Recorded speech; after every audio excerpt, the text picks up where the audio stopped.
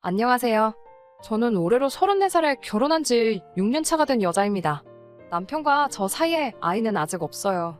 공사 현장에서 일하시던 아버지는 제가 초등학교에 입학하던 해에 일터에서 사고로 돌아가셨습니다. 그 뒤로 쭉 엄마와 단둘이 자라오게 되었어요. 평범한 주부였던 어머니는 혼자 몸으로 저를 키우시느라 고생하셨어요. 그냥 평범한 아이였던 저에게 어떤 기대를 하셨던 건지 고향의 제 취자리를 알아놓으셨다는 할아버지의 말에도 엄마는 저의 교육을 이유로 시골로 돌아가지 않으셨습니다. 그 고집 때문에 엄마는 다른 친척분들과도 연을 끊고 살아가시게 되었어요. 갖은 고생 다 하시면서 저를 키워주셨고 저도 그 기대에 부응하고자 서울대는 아니지만 서울에 있는 명문대에 입학을 할 수 있게 되었습니다. 그때까지도 나아지지 않던 가정 형편 때문에 대학교 입학을 포기하고 저도 취직 전선에 뛰어들고 싶었었지만 엄마는 제가 좋은 대학을 졸업하면 더 좋은 기회를 가질 수 있다고 하시며 제가 회사에 취직할 때까지 저를 도와주셨어요. 유난스러운 부분이 있었지만 반대로 생각하면 정말 저만을 위해 살아오셨다고 해도 과언이 아닐 정도로 저와 관련된 일이라면 모든 일에 엄마는 발벗고 나서주셨고 저에 대한 기대를 저버리지 않았습니다. 그런 친정엄마와 저는 정말 애틋하게 지냈습니다. 정말로 남들보다 뛰어난 것 하나 없는 저였기 때문에 대학교를 졸업하고 평범한 회사에 취직하게 되었지만 취직이 결정된 그날에 엄마와 서로 부둥켜 안고 하루 종일 울었습니다. 그렇게 저를 아껴주시던 어머니를 2년 전에 잃고 말았습니다. 엄마를 잃은 충격보다 그로 인해 벌어진 어이없는 사건에 대해서 한번 이야기를 해보려고 합니다. 남편은 제가 회사를 다닐 때 만나게 되었습니다. 동갑내기라 그런지 친구 같은 모습이 참 좋았던 남편은 서글서글한 그 성격에 제가 사랑하는 친정엄마에게도 너무 잘했습니다. 집에 여자만 둘뿐인 걸 알게 된 남편은 발벗고 나서서 저희 모녀를 참 많이 도와줬어요. 저는 남편에게 많은 호감을 느꼈고 그렇게 1년 정도의 연애 기간을 보내고 결혼을 하게 되었습니다. 저희 집이 사정이 좋은 편은 아니었지만 그렇다고 남편의 집과 비교했을 때 엄청나게 큰 차이가 나는 정도는 아니었습니다. 남편이 모아둔 돈과 시댁에서 돈을 어느 정도 해주셔서 대출을 끼고 서울에 집을 구해서 신혼생활을 시작하게 되었습니다. 저도 시집을 갔으니 더 이상 서울에서 치열하게 살고 싶지 않으시다면서 서울에서 지내시던 전셋집을 빼서 제 혼수와 나머지 결혼 자금을 대주시고 어머니는 혼자서 지방 소도시로 이사를 가셨어요. 친정엄마와 멀리 떨어지게 된 건 제 인생에서 이번이 처음이라 많이 걱정되었지만 엄마는 저 아니었으면 진작에 떠났을 서울이라며 걱정하지 않아도 된다고 당부를 하시더라고요. 결혼 생활은 나쁘지 않았어요. 결혼 이야기가 오고 갈 때쯤 남편이 저에게 해줘야 할 말이 있다면서 경고하듯이 해준 이야기가 있습니다. 자기네 집이 종교는 따로 없지만 할머니 때부터 조상님을 모셔왔기 때문에 제사가 다른 집에 비해서도 엄청 많은 편이라고요. 시댁에서 제사 도와주는 걸로 문제가 많다는 사실이야 이미 익히 알고 있었기 때문에 걱정은 되었지만 남편이 저를 안심시켜주더라고요. 종갓집같이 제사에 목매다는 그런 건 아니고 말 그대로 대대로 벼슬 하신 조상님들한테 간단하게 상만 올리는 거니 크게 걱정할 필요 없다고 말이죠. 자기도 제사를 왜 이렇게 지내나 싶고 자기뿐만 아니라 다른 가족들도 지긋지긋해해서 할머니가 살아계실 동안까지만 하기로 했다고. 남편 위로 형님이 한 분 계셨는데 자기가 장손도 아니고 형수님 하는 거 보니까 과일 깎는 거 정도만 도와주고 아무것도 하지 않는다고. 거기에 더불어 자기가 잘 이야기해서 제사 때마다 참석 안 할 수 있도록 한다고 약속을 했습니다. 하지만 결혼을 하고 나서 저는 시도 때도 없이 있는 조상님 제사의 대부분을 참석하기로 했습니다. 남편과 조건을 걸듯이 약속을 하나 했거든요. 제사를 몇 번 지내든지 다 참석을 할 수 있다고. 그 횟수는 상관이 없지만 명절 때만큼은 친정에서 더 오랜 시간을 보낼 수 있게 손 좀 써달라고요. 이미 이런 사정을 알고 있던 시댁에서도 달가워하지는 않았지만 그런 점을 이해해 주셨고 남편의 도움으로 명절에는 점심 저녁 식사만 하고 바로 친정으로 출발할 수 있게 허락해 주셨어요. 그래도 다른 남편의 형제들도 있고 해서 명절날이면 새벽같이 시댁에 올라가서 제사 준비를 돕거나 하는 걸 빼먹은 적은 한 번도 없었습니다. 그리고 결혼한 지 3년 차가 되던 해에 시할머니께서 돌아가시게 되면서 조상님께 매번 제사 드리는 걸 달가워하지 않던 시댁에서도 제사를 줄이기 시작해서 오히려 명절 때도 따로 제사를 안 올리게 되었습니다. 그리고 엄마가 돌아가신 2년 전 추석 연휴가 시작되었어요. 아직도 그날을 생각하면 후회가 많이 남습니다. 이래 시작은 시댁에서였어요. 평소처럼 새벽 일찍 도착해 명절 음식 준비를 도왔습니다. 시가에서 모여 저녁 식사가 끝나고 뒷정리를 전부 도와드린 뒤에 친정으로 출발할 준비를 하고 있었어요.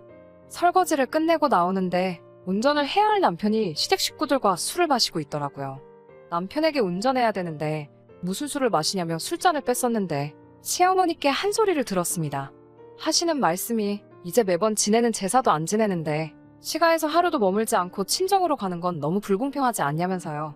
제사를 안 지내게 된 만큼 시가에서 반, 친정에서 반을 보내라고 말씀하셨습니다. 저희 어머니가 저를 보고 싶어 하는 만큼 시어머니도 그동안 아들이 보고 싶었으니 이해해달라고요. 차라리 미리 말씀해 주셨으면 좋았겠다는 생각을 했지만 시어머니의 말이 틀린 말은 아니고 충분히 시어머니나 남편의 입장도 이해가 갔기 때문에 다음날 점심 늦지막히까지 시댁에서 더 머물게 되었습니다. 저녁에 엄마하고 통화를 했는데 시간적인 여유가 많이 생기셨으니 제가 좋아하는 음식들로 만나게 준비해 놓을 테니 시댁에서 맛있는 거 너무 많이 먹고 오지 말라며 저를 달래주시더라고요. 다음날 이제 출발한다고 엄마한테 전화를 하는데 전화를 받지 않으셨어요. 전날에 도착하기로 1시간대쯤이면 충분히 도착할 것 같아서 엄마는 음식 준비하신다고 정신이 없으신가 싶어 별 다른 생각 없이 출발하게 되었습니다. 친정에 도착해서 아무리 현관문에서 엄마를 불러도 아무 대답이 없으셨어요. 느낌이 쎄해서 부랴부랴 문을 따고 안에 들어갔는데 부엌에는 제가 좋아하는 음식들이 준비되어 있었고 엄마는 그 옆에서 바닥에 쓰러지신 채로 의식이 없었습니다.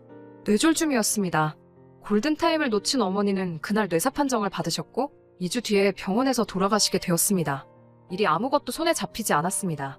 그날 남편을 데리고 나와 하루를 머물지 않고 바로 출발했다면, 아니 제가 운전면허 따는 걸 미루지 않고 그날 저 혼자서라도 출발했었다면 엄마가 그렇게 된 게 전부 제 탓만 같고 저 때문에 이 사단이 난 것 같아 견뎌내기가 너무 힘들었어요.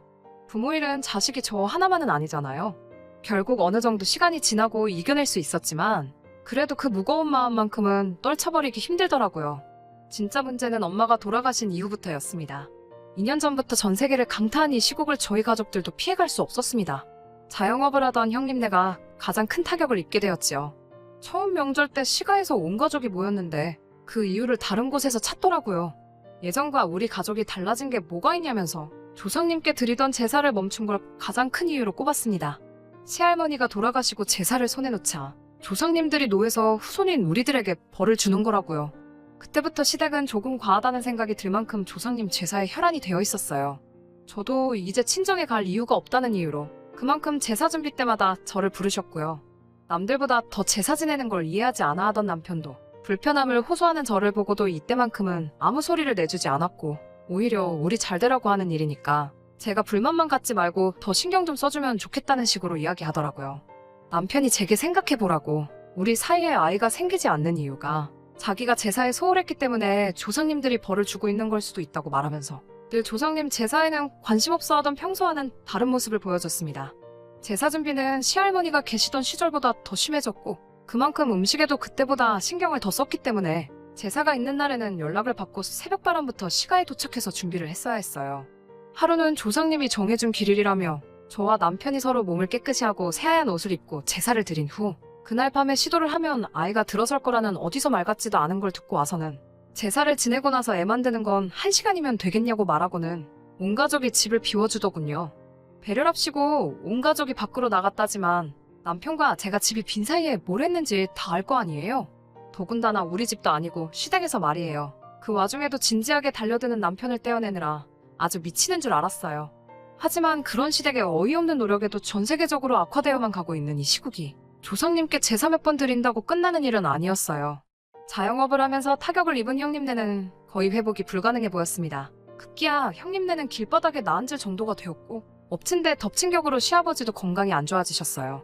남편과 저 사이에 아이는 당연히 생기지 않았고 거기에 더불어 남편의 회사에서 인원 감축을 준비 중이라는 소문까지 나돌게 되었죠. 제사에 큰 의미를 두지 않는 남편도 이때쯤부터는 역시 그동안 제사를 안 드려서 그런가? 하면서 자신 없는 모습을 보이더라고요.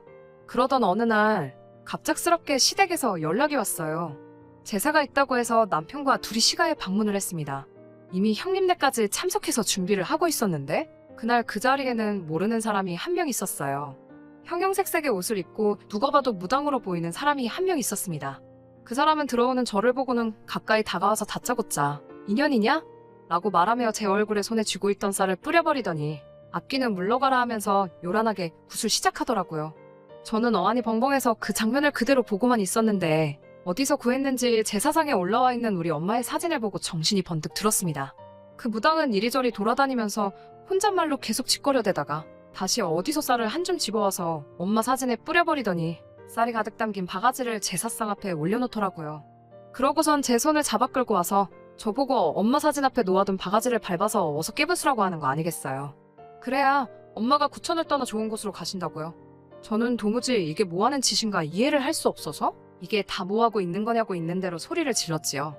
우리 엄마 사진이 여기 왜 있고 이게 지금 뭐하는 거냐며 한참을 화를 내고 있으니 시어머니가 제 팔을 잡아 구석으로 끌고 가서는 설명이랍시고 한다는 말이 저분이 아주 용한 분이신데 집안에 생기는 오한들이 다 저희 엄마가 혼자 돌아가신 게 억울해서 성불하지 못하고 구천을 떠돌면서 시댁에다가 복수를 하고 있는 거라고 다 저와 제 남편이 잘 되게 하기 위해서 하는 거니 저보고 빨리 시키는 대로 하자고 저를 설득하더라고요. 어이없어서 남편을 쳐다봤는데 항상 제 편을 들어줬던 남편도 이게 별다른 의미가 있는 게 아니라 장모님 좋은 곳으로 보내드리려고 하는 거니까 나쁜 쪽으로만 생각하지 말라며 오히려 저를 설득하는 게 아니겠어요?